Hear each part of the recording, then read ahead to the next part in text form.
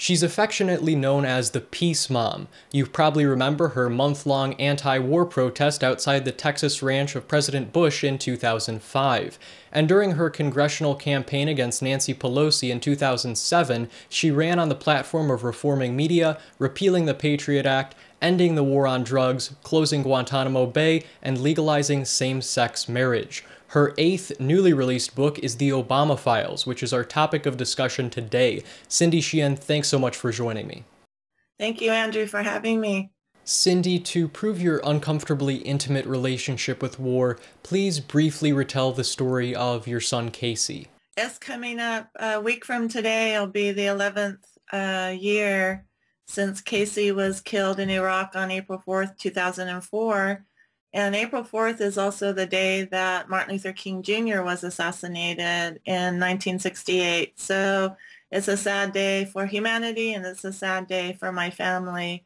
But before my son was killed, we were all against the wars and George Bush and the policy of the United States in response to what happened on 9/11. But after Casey was in the U.S. Army, it was his first deployment. He was there for just a few days in Iraq when he was killed in combat. And he was a Humvee mechanic. So we heard that he actually refused to go on that mission that killed him, but he was forced to go by his sergeant.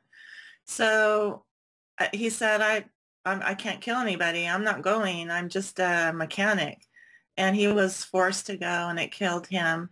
But since he was killed, I had more time to research and make connections with people who felt the same way I did. And, like you said, a year and 4 months after he was killed, I was camped out on George Bush's doorstep demanding to know what noble cause was Casey dead for, and what noble cause were at that point hundreds of thousands of people killed for. Now, Cindy, as you well know, war is the literal blood of the state, and as you said, you've criticized vehemently both President Bush and Obama. In the book, you write, "Dead is dead, whether the occupant of the White House has an R or D behind his name." So despite Obama's slogan, "Change we can believe in," please explain how the two-party system is really just the same policy of perpetual war masquerading behind different colors, names, and figureheads. Well, I also want to, at this point, take a second to mention the subtitle of the book, which is Chronicles of an Award-Winning War Criminal. And Obama, just months after he became president, was awarded the Nobel Peace Prize, which was just really confusing. And I was actually in Stockholm, Sweden, when we got the news that he won the Peace Prize. And I was being interviewed by a person in Stockholm at the time, and he looked at his BlackBerry. He tells me, "Obama just won the Nobel Peace Prize." And I said, "No, you're joking. You must be reading The Onion or something." And he had tears in his eyes. He said, "No, I'm not kidding." So war, in terms of war and empire, there is absolutely no difference between the Democrats and Republicans, except that the Democrats might be worse, because their base, the Democratic base, I believe, is profoundly anti-war. However, they become less so when the president is a Democrat. And David Swanson, who's a fellow peace activist to me, he and I are publishing today an article called "Stop Smoking the Democrat," because if we keep, relying on partisan political activism to save us from these wars and empire, we're always going to be in war. And I think that it's pitiful that they put partisan politics over their own principles and over human life. Cindy, the just war theory proposes that war is only justifiable with noble intent, as you said, while in hindsight, wars like those in Vietnam are seemingly immoral universally. Those like World War II, the Civil War, the American Revolution are more complex to dissect. So, in your opinion, Cindy, is there such thing as a just war, and why? I think the only justification for violence is self-defense. And so that means that the people who the United States is bombing and occupying and oppressing, they have the right to resist that occupation and oppression. And to me, to say that is unfortunate because that's why my oldest son is dead.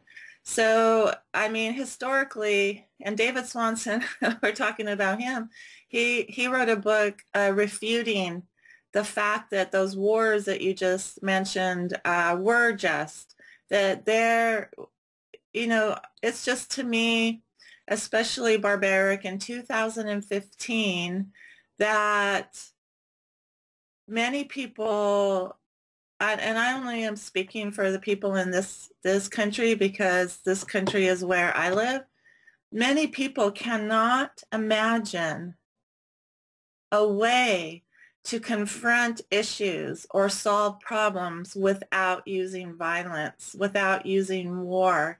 And I think that's just because we've been propagandized and conditioned our entire lives here in the United States that, the United States, if the United States does something, then it must be good. And if some kind of atrocity happens, it must be because it was a mistake.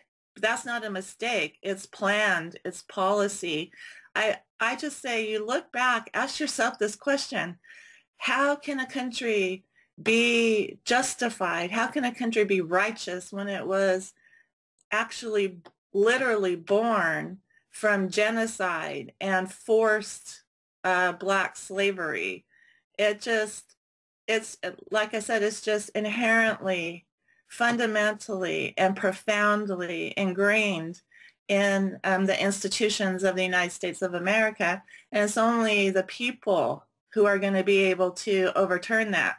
And we're never going to be able to overturn it if we keep putting our hopes in one person or one political party, especially if it's the Democrats or Republicans, to help get us out of this quagmire of war where few people profit and the rest of us suffer. Even if you haven't lost a loved one in these wars, this empire and maintaining empire is sucking the life out of the United States of America. Cindy, technology like drones, snipers, and bombs enable soldiers to kill from hundreds, even thousands of miles away, and I think this is a contributing factor to this nationwide desensitization we're witnessing. But as you mentioned in the book, why is it illegal to photograph the flag-draped coffins of soldiers, and what are the implications of this censorship? Well, it goes back, I think, recently in recent U.S. history, before you were born, but I was alive, when the Congress did away with the forced conscription of young American males. And they didn't do it because they're good people and they didn't want to force people to be involved in the U.S. military-industrial complex killing machine.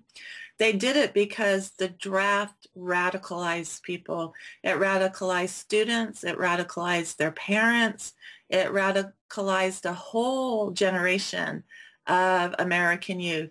So I think that the average person here in the United States of America, they don't have to personally sacrifice anything for war. So not seeing the coffins coming home, not seeing images of, our occupied countries, of maimed Iraqis, Afghans, Yemenis, whoever the United States is murdering at the current time. And back in Vietnam, we did see those images, and that also radicalized people. So keeping the cost of war as far away from the average person here in the United States is part of their plan to continue these wars for empire and profit. In the Obama files, Cindy, you say that allowing your son Casey to join the military is something that you'll regret until your last breath here on Earth. If you had them as a captive audience, what might you say to people considering joining the military, or even the families of those people weighing the options for their son or daughter? Well, and I have had captive audiences. Not literally, not forcing anybody to listen to me, but I have had people, I've done counter recruitment or truth in recruiting, just to say that these wars are not fought for, freedom and democracy. They're not fought to keep the people of the United States of America safe. As a matter of fact, just, since my son has killed, we've seen all kinds of blowback from the U.S. Imperial response to 9/11. ISIS, is a perfect example of that. But that they're fought for profit, that you, if you're a young person, or your child or grandchild, if you're a parent or grandparent, will be used. That even if they don't die, their personality will be broken down. They will be brainwashed into considering people that never harm them, considering them their enemy, and that they might die, or they might be grievously wounded, or they'll come home from war so changed that you won't recognize them. And suicide now is the #1 killer of our troops. So they don't even get the help that they're promised. And recruiters lie. The recruiter that recruited my son broke every single promise in writing on the contract that he made to my son. So I understand that it's a difficult situation that young people find themselves in today. College is prohibitively expensive to many people here in the United States, and jobs are hard to come by. Good paying jobs with dignity and benefits are almost impossible to come by in the United States. But at the bottom line, I always tell them I'd rather have Casey sitting on my couch playing Xbox for the rest of his life than to be buried. Cindy Sheehan, thank you so much for sharing your emotional story today. Thank you, Andrew. Peace. Peace out.